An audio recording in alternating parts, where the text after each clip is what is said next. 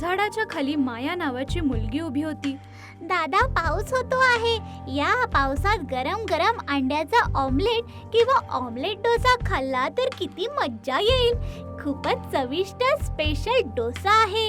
या दादा. असं माया आवाज देत राहते. जोराचा पाऊस असल्यामुळे तिकडे कोणीच येत नाही. तेवढ्यात एक बाई तिकडे छत्री घेऊन येते. अगं, ह्या महिन्याचे पैसे का नाही दिले? पावसाचा महिना आहे ना, व्यापार इतका चांगला होत नाहीये. जर काही हॉटेल सारखं असतं तर पाऊस असताना सुद्धा लोक आले असते, आत बसून खाल्लं असतं. अशा परिस्थितीत तुम्हाला बरोबर वेळेत पैसे नाही देऊ शकत. एका आठवड्याची वेळ द्या, तुमचे पैसे नक्की देईल. आज 15 तारीख आहे. तुझ्यासारख्या लोकांना भाड्यावर द्यायला स्वतःच्या चपलेने मारायला पाहिजे. समजतं आहे का? जर तुझ्या जागी कोणी दुसऱ्याला दिलं असतं तर मला महिन्याच्या प्रत्येक 1 तारखेला भाडं दिलं असतं. तुम्ही लोक लवकर जागा खाली करा, आमचा पिछा सोडा. असं रागवून आणि ओरडून तिकडून चालली जाते. मुलगी खूप दुखी होऊन खूप वेळापर्यंत तिकडेच उभी असते, पण काहीच फायदा होत नाही. अंधार पडल्यामुळे तिकडून ती पण घरी चालली जाते. घरी आजारी आई पावसात भिजत, थंडीने कापत सगळं सामान बांधून उभी असते. ते बघून मुलगी खूप घाबरून असं बोलते, आई, काय झालं आई? इकडे का आली आहेस? काही वेळा आधीच घराची मालकीण आलेली. अरे, तुझ्या मुलीने अजून भाडं दिलं नाही. विचारल्यावर एका आठवड्याची वेळ मागते आहे. आता माझ्याकडून नाही होणार. तुम्ही रिकामं करा, मी कोणा दुसऱ्याला ठेवेल. मालकीण बाई, माझी तब्येत खराब आहे म्हणून शाळेत जायचं सोडून या छोट्या वयात सुद्धा ती किती मेहनत करते आहे हे तुम्ही बघता आहात ना. थोडा वेळ द्या ना. आत्ताच्या आत्ता खाली करून आम्ही कुठे जाऊ मालकीण बाई? एकदा तरी विचार करा ना. मला ते सगळं काही माहित नाही. का मी रिकामं करून देऊ? समजून घ्या ना मालकीण बाई. असं बोलत असते तेव्हा त्या घराची मालकीण सगळं सामान बाहेर फेकून दरवाजा बंद करून घेते. या सगळ्या गोष्टी रडत सांगत असते तिची आई. तेव्हा माया खूप दुखी होऊन असं बोलते, ठीक आहे आई, जाऊया. असं तिला घेऊन तिकडून पावसात भिजत चालत असते. आजूबाजूच्या लोकांकडून छप्पर मागितल्यावर कोणीच त्यांची मदत करत नाही. अजून तर त्यांना छोटेपणा दाखवून बोलतात, शी, तुमच्यासारख्या लोकांना घर का देऊ बोलून तुमचं बिननशीब आमच्या घरी घेऊन याल का? असं छोटापणा दाखवून काही बाही बोलतात. त्यावर कोणाची पण मदत न मागता चालत मुलगी आपल्या आईला घेऊन जाते. कुठे चाललो आहे असं आईने विचारल्यावर माया असं बोलते, काही रस्ता न दिसल्यावर देवच काहीतरी रस्ता दाखवतील म्हणून मंदिरात जाऊ. असं मंदिरात घेऊन जाते. ते डोंगरावर असतं. ते लोक चालत चालत डोंगरावर जातात. तिकडेच एका कोपऱ्यात राहतात. पाऊस पडतच असतो. मुलगी रोज पाऊस असल्यावर सुद्धा तिचा व्यापार तिकडेच करत असते. तिला बघून खूप लोक चिडतात. पावसाळ्यात सुद्धा विकते आहे बोलून खूपच चिडून बोलायचे. मुलगी त्यांच्या सगळ्या बोलण्यावर लक्ष देत नाही. तो व्यापार तेवढाच असल्यामुळे मुलगी त्या पावसात भिजून डोंगरावर जाते. त्याच्या दुसऱ्या दिवसापासून पाऊस जास्त झाल्यामुळे तिकडे ते लोक जे काही मिळेल तेच खाऊन घ्यायचे. तिकडे असलेले पुजारी त्यांच्यावर दया दाखवून स्वामीजींचा प्रसाद त्यांना थोडा जास्त देऊन त्यांचं पोट भरायचे. ते लोक ते खाऊन त्यांना धन्यवाद बोलतात. त्यांचा त्रास स्वामीजींना सांगून पण खूप दुखी होता. त्यांचं बोलणं ऐकून ते पण खूप दुखी होऊन देव आहे तर काळजी नका करू असं बोलून हिंमत देतात. असं एका आठवड्यापर्यंत पाऊस खूप होतो. त्या गावात जोरदार पाऊस झाल्यामुळे झाडं पडून सगळ्या गावात पूर येतो. त्याच्यामुळे सगळे लोक घाबरून वर डोंगरावरती चालले जातात. त्या पुरात खूप प्रयत्न करून पाण्यात पोहून ते लोक मंदिरात पोहोचतात. असे सगळे लोक त्या मंदिरात पोहोचतात. तेव्हा मालकीण सुद्धा तिकडे पोहोचते. पूर आल्यामुळे घरातल्यांचं खूप नुकसान होतं. खूप श्रीमंत लोक सुद्धा तिकडे पोहोचतात. मुलीला चिडवणारे, अपमान करणारे सगळे लोक तिकडे येतात. सगळे लोक देवाची पूजा करतात. देवा, आम्हाला इतका त्रास का देतो आहे? आम्हाला आता तुम्हीच वाचवू शकता असं बोलून सगळे लोक प्रार्थना करतात. तेव्हा तिकडेच असलेले पुजारी जोर जोरात हसायला लागतात. ते बघून सगळे लोक आश्चर्यचकित होतात. काय झालं बोलून आश्चर्य करतात. काय झालं स्वामीजी? हसता का तुम्ही? काय झालं? तुम्ही ठीक तर आहात ना?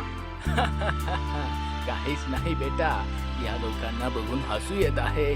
देव किती महान आहे आता या लोकांना कळत आहे. तुम्हाला नाही म्हणणारे लोक, अपमान करणारे लोक आता तुमच्या स्थानावर राहत आहे. भूक लागलेल्याला एक कण पण देणार नाही. आता जीवावर आलं आहे ना, म्हणून आता हे देवदेव करताय. असं कसं कर्म आहे? देवाने पाहिलं, सांगितलं, कोणी किती पण श्रीमंत असो, मेल्यानंतर काहीच घेऊन जाऊ शकत नाही. जिवंत असेपर्यंत सगळ्यांसोबत आनंदी राहून त्याची मदत करून देवाची प्रार्थना केली तर गरीब श्रीमंत हा भेदभाव नसेल. आता प्रत्येकाचा जीव वाचवण्यासाठी सगळे लोक एकत्र आले आहे ना. असं बोलून प्रत्येकाचं डोकं ठिकाणावर आणता. तेव्हा ते लोक गप्प बसून मान खाली घालता. ज्या लोकांनी पण त्यांचा अपमान केलेला ते सगळे लोक आम्हाला माफ करा बोलून माफी मागता. ती मालकीण पण त्यांची माफी मागते. तेव्हा तिकडे असलेले स्वामीजी, देव तुमची रक्षा करेल असं बोलता. पाऊस कमी होईपर्यंत तिकडेच देवाची प्रार्थना करता. स्वामीजी देवाच्या प्रसादासोबत त्या सगळ्या लोकांसाठी जितकं काही होतं तेवढ्यातच जेवणाची सोय करून सगळ्यांचं पोट भरवता. काही दिवसांनंतर सगळं काही पहिलेसारखं होतं. सगळे श्रीमंत लोक मायाच्या परिवाराची मदत करता. मायाच्या आईचं ऑपरेशन होतं. माया खूप चांगली अभ्यास करत असते. आई एक छोटंसं हॉटेल चालू करून स्पेशल डोसा विकून व्यापार करत आनंदात जगत असता. असं सगळ्यांनी मदत केल्यामुळे त्यांचं कुटुंब वाईट परिस्थितीतून चांगल्या परिस्थितीत येतं. या गोष्टीतून आपल्याला हे शिकायला मिळतं की जर आपण मदत केली तर आपल्यासोबत कधीच वाईट होणार नाही. देव त्या मदतीचं फळ आपल्याला नक्की देतील. तुम्हाला ही गोष्ट आवडली तर आमच्या चॅनलला लगेचच सबस्क्राईब करा. Thank you for watching. ते रामपूर नावाचं गाव होतं. त्या गावात शारदा आपल्या दोघी मुली श्रीलेखा आणि चंद्रलेखा सोबत मिळून आयुष्य जगायची. शारदाचा नवरा मेल्यानंतर आपल्या मुलीचा सांभाळ करायचा म्हणून मजुरीचं काम करून आलेल्या पैशात आपल्या दोघी मुलींना सांभाळायची. आपल्या दोघी मुलींना सांभाळण्यातच तिचं आयुष्य जात राहतं. वाढत्या वयासोबत शारदा पहिलेसारखं काम नव्हती करू शकत, म्हणून तिची मोठी मुलगी श्रीलेखा तिची आई त्रास सहन करते आहे. त्या त्रासापासून तिला थोडा आराम मिळावा असं काही करायचा विचार करते. आपल्या आईजवळ जाते. आई, तुला एक सांगायचं आहे. काय आहे? बोल बेटा. कामाला जायचं आहे मला. टाइम होतो आहे. वेळेवर गेले नाही तर नाही चालणार. ते काय आहे ना आई? बोल ताई, तुला जे बोलायचं ते लवकर बोल. आईला कामावर जायचं आहे ना. ते आई, तू आजपासून कामावर नको जाऊ. तुझी तब्येत ठीक नाहीये ना. घरीच राहून आराम कर आई. कामावर गेली नाही तर घर कसं चालेल बेटा? आयुष्य असंच आहे बेटा. तुमच्या दोघांचं लग्न करेपर्यंत या गाडीला काही आराम नाही बघ. तू घरीच राहा आई. मी आणि छोटी कामावर जाऊन आलेल्या पैशात घराला आणि औषधांना जे काही खर्च येईल ते आम्ही बघू. ए ताई, माझ्याकडून नाही होणार. मी घरी राहून आईला बघेल, घरीच काम करेल. वाटलं तर तू जा. काय बोलते आहे बेटा? जवान मुलगी अशी बाहेर जाईल. तू मुलगी आहेस, लग्न नाही झालं अजून. असं काम करते आहे कळलं तर आलेले स्थळ पण नाही येणार. तू खरं बोलते आहे आई, पण आपली परिस्थिती अशी आहे ना. तू बघ किती अशक्त झाली आहेस. या वयात तू आराम करायला हवा. जर मुलगा असता तर तू ही गोष्ट बोलली असती का? मुलगी आहे तर काय झालं? आपल्या आईला सांभाळायचा हक्क नाही मला? जर बाहेर काम करायला गेले तर 4 लोक बोलतील. गावातल्या लोकांना अजून दुसरं काही काम नाही. आपल्याबद्दलच बोलत राहता. तब्येत खराब होऊन किती त्रास सहन करते आहेस तू. गावात सगळ्यांना ही गोष्ट माहीत आहे ना. पण गावातला एक पण व्यक्ती येऊन आपल्याला बघतो का? लक्ष पण देत नाही. लोक काय विचार करतील असा विचार केला तर तुला त्रासातच राहू देऊ का मी? तुम्ही त्रास नका सहन करू. माझ्याकडून जितके दिवस होईल तितके दिवस मी सांभाळून घेईल. ज्या दिवशी नाही होणार त्या दिवशी बघू. आता आजच्या कामाला जायचं आहे. असं बोलून त्या दिवशी कामाला जाते शारदा. तिकडे वीट उचलत असते. ऊन खूप असल्यामुळे वरतून तिची तब्येत पण ठीक नसल्याने शारदा बेशुद्ध होऊन पडून जाते. त्यावेळेला तिच्या डोक्यावर खूप जोराचा मार लागतो. कसं पण पडून सांभाळून घराच्या दरवाजापर्यंत येऊन खाली पडून जाते. काही आवाज झाला म्हणून चंद्रलेखा बाहेर येऊन बघते. घराच्या बाहेर आपल्या बेशुद्ध झालेल्या आईला बघते. ताई ताई करून जोरात रडत राहते. आवाज ऐकून श्रीलेखा बाहेर येऊन बघते. रक्ताने भरलेली तिची आई तिला दिसते. लवकर आपल्या आईला आत घेऊन जाऊन झोपवते. तेवढ्यात चंद्रलेखा रडत आपल्या आईच्या जखमेवर मलम लावून पट्टी बांधते. म्हणून मी सकाळी बोललेली घरी राहा आई, आराम कर. माझं बोलणं ऐकलं नाही. हे बघ काय झालं आहे. ही छोटी जखम आहे, तू उदास नको हो. 2 दिवसात कमी होईल. आता तू काहीच बोलू नको आई. छोटी जखम काय छोटी जखम. छोटी जखम असती तर इतकं रक्त गेलं असतं. बोलू नको आई. इतकं झाल्यावर सुद्धा का बोलते तू? मी घरी राहून तुझा सांभाळ करेल. ताई कामावर जाईल. तू आता बोलू नको. असं नाही बेटा, मुलींनी बाहेर जाऊन काम केलं तर गावातले लोक काय बोलतील माहितीये ना. कोण आहे आई गावातले लोक? तुला घेऊन यायला कोणी पण समोर आलं नाही. काय विचार करतील असं सारखं सारखं का बोलते आहे? इकडे माणूस त्रासात आहे तर इकडचे तिकडचे लोक काय विचार करतील हे बोलून आम्हाला का घाबरवते आहे आई? तू अशा लोकांबद्दल बिलकुल विचार नको करू. शारदानी आपल्या मुलींना किती पण समजवायचा प्रयत्न केला तरी त्या दोघी ऐकत नव्हत्या. काही न करता शारदा एकदम शांतपणे बघत राहते. तेवढ्यात चंद्रलेखा रडत स्वयंपाकघरात जाऊन आपल्या आईसाठी प्यायला गरम दूध घेऊन येते. हे घे आई, दूध पिऊन आराम कर. आजपासून तू बिलकुल पाय खाली नाही ठेवणार. श्रीलेखा दुसऱ्या दिवसापासून कामावर जायचा निर्णय घेते आणि तो दिवस चालला जातो. दुसऱ्या दिवशी श्रीलेखा कामाला निघते. चंद्रलेखा घरीच राहून आपल्या आईची सेवा करते. दुपारच्या वेळी आपल्या बहिणीसाठी जेवण घेऊन जाते. असे दिवस जात असतात. रोज सारखं त्या दिवशी सुद्धा चंद्रलेखा आपल्या बहिणीसाठी जेवण घेऊन जाते. आपल्या बहिणीने आणलेल्या जेवणाला जेवत असते तेव्हाच एक साधू येतो. बेटा, 3 दिवस झाले मी जेवलो नाहीये. थोडं खायला दे ना बेटा, तुला पुण्य लाभेल. अरे कुठून आलात तुम्ही? तुम्हाला आम्हीच दिसलो का?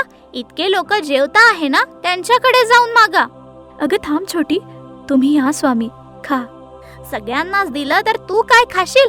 सकाळपासून काम करते आहे, अशक्त होशील. तू खा. 3 दिवस न खाल्ल्याने 4थ्या दिवशी सवय होते.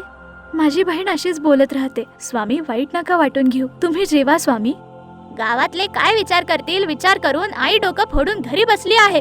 तू पण दया दान धर्म बोलून सगळं जेवण त्यांना देते आहे. संध्याकाळपर्यंत काम करायचं आहे. उपाशी राहिली तर कसं थकून जाशील ना तू. तू पण आईच्या बाजूला अजून एक खाट टाकून झोपायचा विचार करते आहे का? पहिलेच सांगते, माझ्याकडून हे सगळं काम नाही होणार. तू त्रास नको सहन करू. त्यांना 2 घास जेव दे. आपल्याला कोणी नाही बघितलं विचार करून आपण पण सोडलं तर आपल्यात आणि त्यांच्यात काय फरक आहे छोटी? श्रीलेखा स्वामीजींना सगळं जेवण देऊन देते.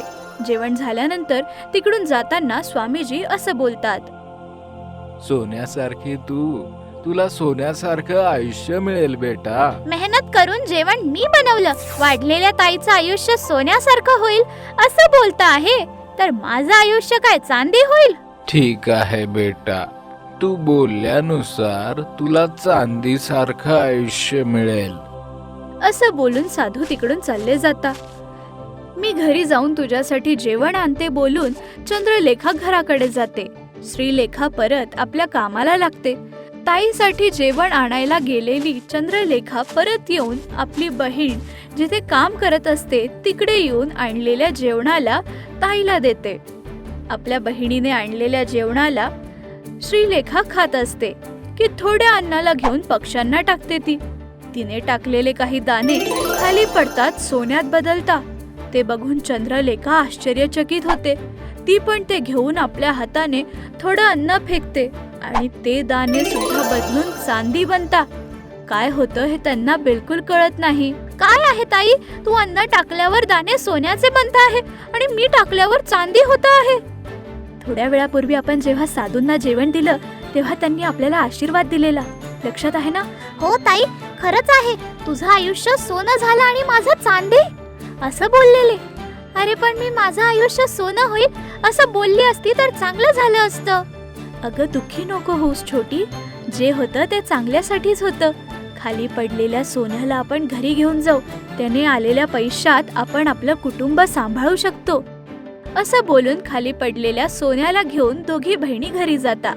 सगळं घडलेलं आपल्या आईला सांगता. उन्हात फिरून आल्या म्हणून डोक्यावर परिणाम झाला का? जेवण सोनं चांदी बनता आहे हे कोणी ऐकलं तर हसेल. नाही आई, हे बघ, खरंच जेवण सोनं आणि चांदीमध्ये बदललंय. असं त्या दोघी आणलेलं सोनं आणि चांदीला दाखवता. ठीक आहे, मग ह्या घराला सुद्धा सोनं आणि चांदीमध्ये बदला. आपल्या आईने बोलण्यानुसार श्रीलेखा स्वामीजींची आठवण काढून घराला हात लावते. लगेच घर सोन्यामध्ये बदलतं. ते बघून शारदा विश्वास नाही ठेवू शकत. आपल्या बाजूला अजून एक घर आहे ना, त्याला तू हात लावून दाखव, चांदीमध्ये बदलतं का नाही हे बघू, असं बोलते आई.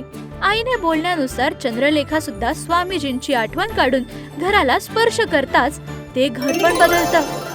स्वामीजींनी दिलेल्या आशीर्वादाच्या मदतीने त्यांची गरिबी जाऊन श्रीमंती येते. जर कोणी त्यांच्याकडे काही मदत मागितली तर नकार न देता त्यांना मदत करायचे आणि त्या दिवसापासून कोणी पण असो प्रत्येकाला पोटभर जेवण मिळेल याचाच विचार करून अन्नदान पण करता. असं त्यांचं आयुष्य खूप चांगलं जात असतं. तुम्हाला ही गोष्ट आवडली तर लाईक आणि कॉमेंट करा आणि अशाच मजेदार गोष्टींसाठी आमच्या चॅनलला सबस्क्राईब करा. Thank you for watching.